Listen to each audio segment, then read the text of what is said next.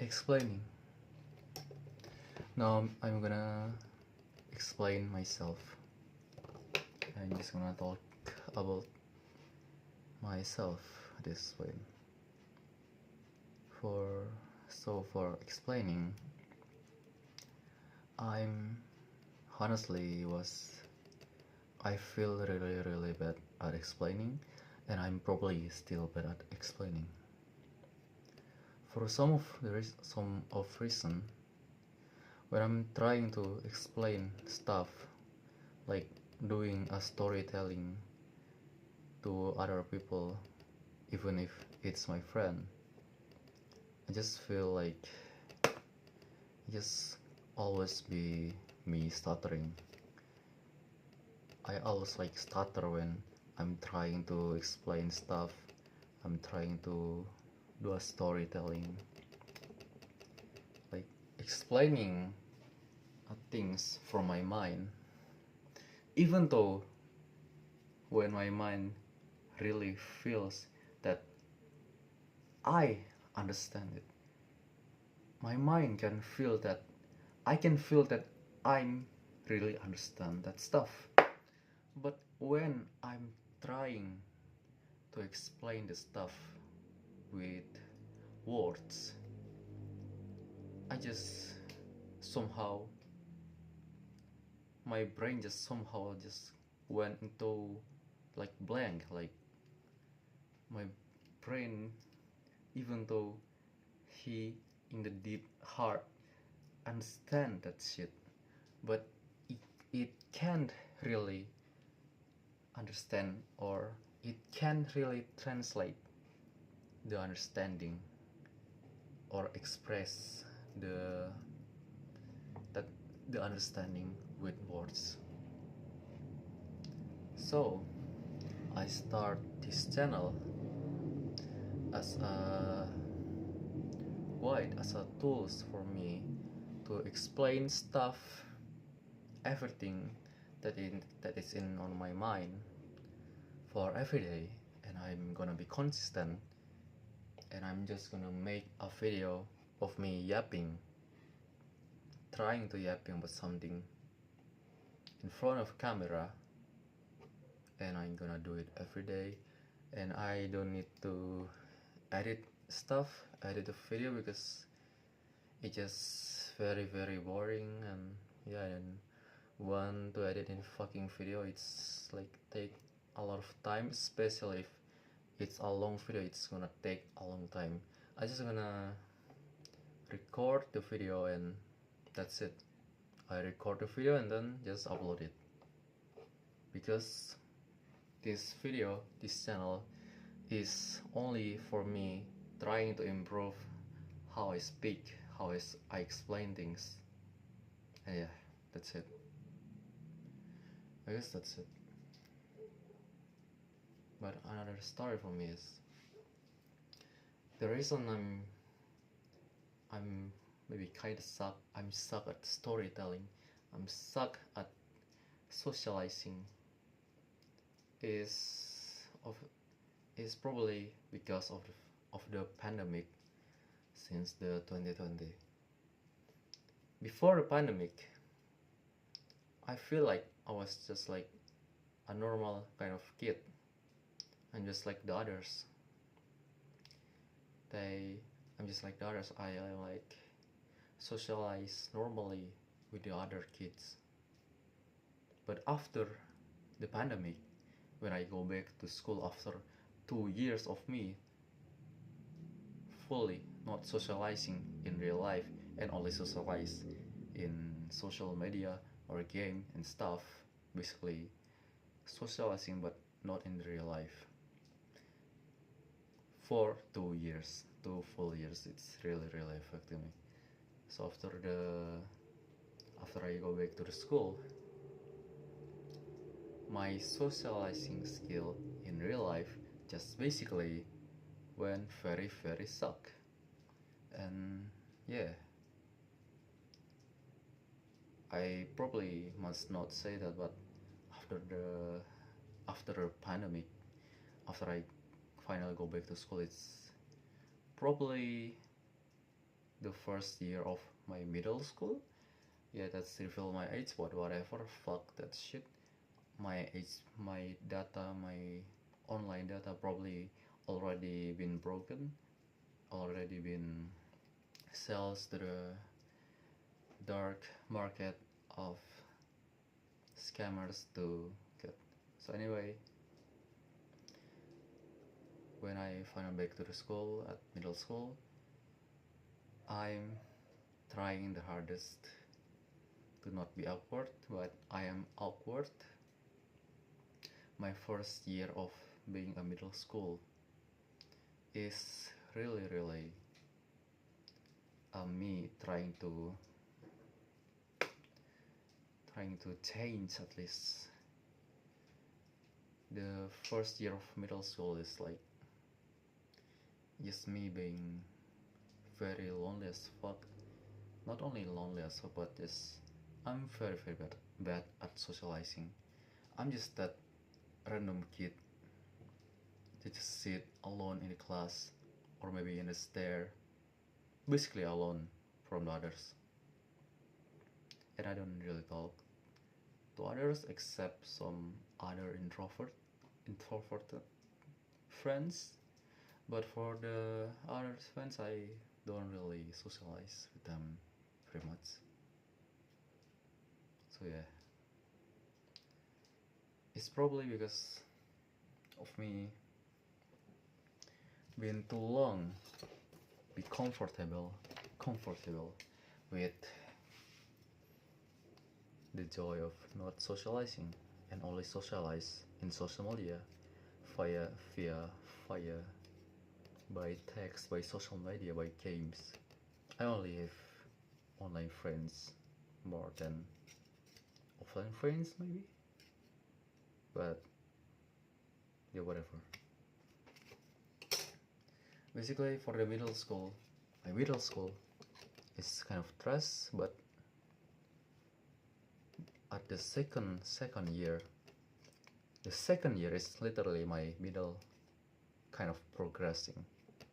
So I'm kind of still not a kind of socializer, and on the 2023 or 2024 the gym, the workout things just got trend and I'm into them, and that looks mixing stuff just trending on the fucking feed, so I'm into that shit as well. So I'm mewing all day, like obviously, why not?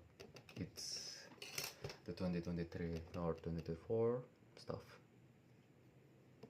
And anyway, by what I mean comfortable with being not socializing, just in my comfortable zones, not going out of my comfortable zones so long. What I mean is, it's also like how the thing I'm gonna relate this to the Chinese history, and I'm gonna mention the Qing dynasty.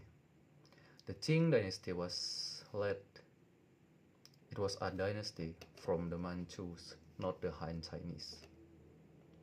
So the Manchu somehow conquer the Ming dynasty, the Ming Empire, and they just rule all over the China. Even though they are Manchus and they conquered the Chinese Han, instead of them making Manchus as the official culture, making the Han Chinese being integrated, assimilated into their Manchus culture, instead of that, the Manchu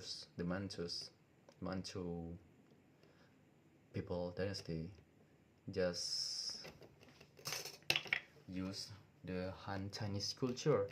They just use the Confucianism religion stuff and rules and culture. Basically they just, instead of ruling the China and implement their culture to China, change the Chinese people. Instead, they become the other kind of Chinese people when they are ruling the China. So they just become another China, even though they are mainly Manchus. Their origin is Manchus dynasty.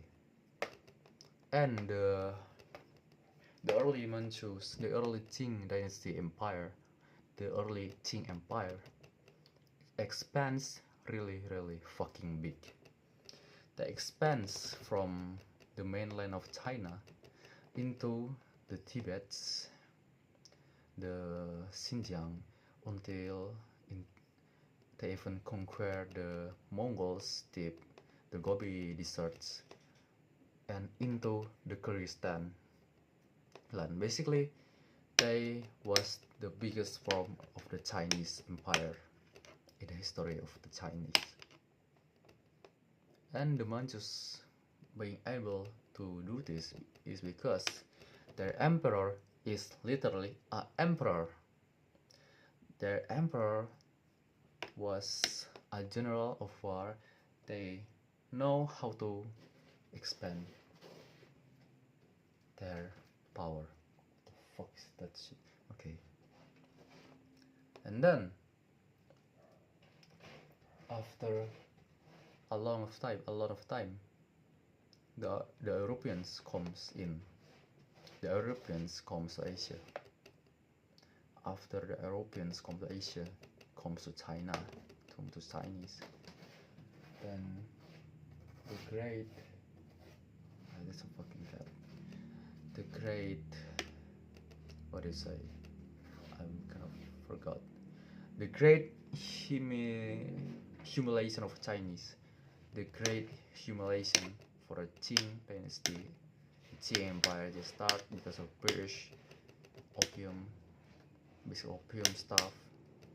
The British sells the opium to Chinese, and the Chinese, the civilians, basically the Chinese people sucks opium, and the Qing dynasty emperor want to stop it, but the British refuse and force them to keep the opium being traded into the Chinese.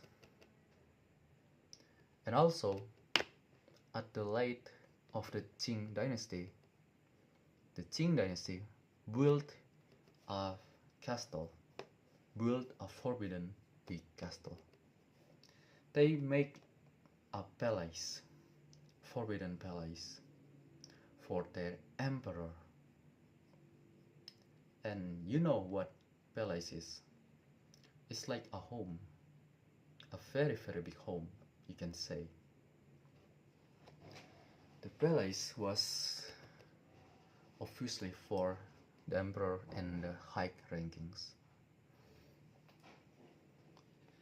And you know the reason the emperor is emperor, because the emperor was really an emperor. They know how to rule, they know how to be powerful, they know how to handle with people, because they was there with their people. They was there to when they was bullying or stuff. Basically, emperor was openly vision. The emperor really see the people, but because of the palace, which make the emperors of Chinese only live inside the palace most of the time, and from the palace you only see the heaven of the empire. They only see the riches of the empire. They don't see the other part of the empire, which is very fucking big, and they govern it by only staying in one fucking palace. When at that fucking time there was no social media, there was no internet, so if they just sit down, they just sleep, they just stay in the fucking palace, they will not know, they will not see everything on the fucking large empire. They only see the palace, not the entire empire. So basically what I'm saying is,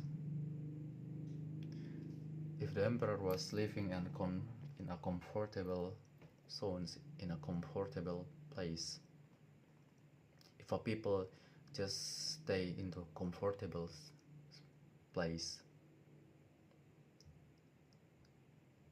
by times they will make themselves ruin, just like how the Qing Empire fall because some emperors was being thinking his stuff by declaring war to 10 big empires and blah blah blah, the kickboxer war stuff, basically just a lot of corruption, because the high rankings only live in a palace and not live by the people. They do not see the people.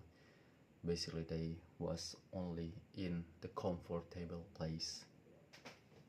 So what the point is, if you only being inside your comfortable place, your comfortable zone, if you just only stay there and not going out a long of time, then don't ask why your life feel empty after a lot of time, after a long of time, your life feel empty and your life feel statics. Your life doesn't progress at all. A Chinese book say that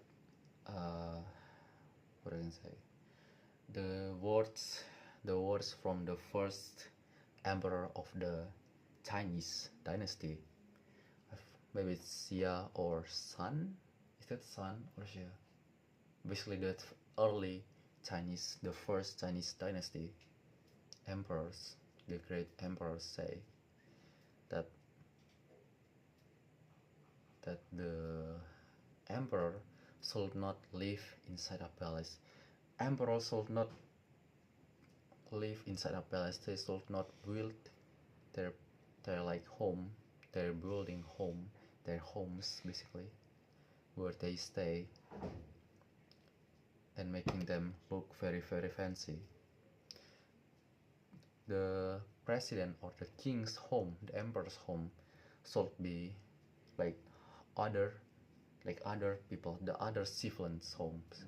They should be simple and not fancy at all, so they will know how the people live, so they will not be in a comfortable zones and only live inside their fucking house, or if they build a fucking fancy buildings and then call it home, and it's just basically a palace, a place where they're gonna stay the most of their time.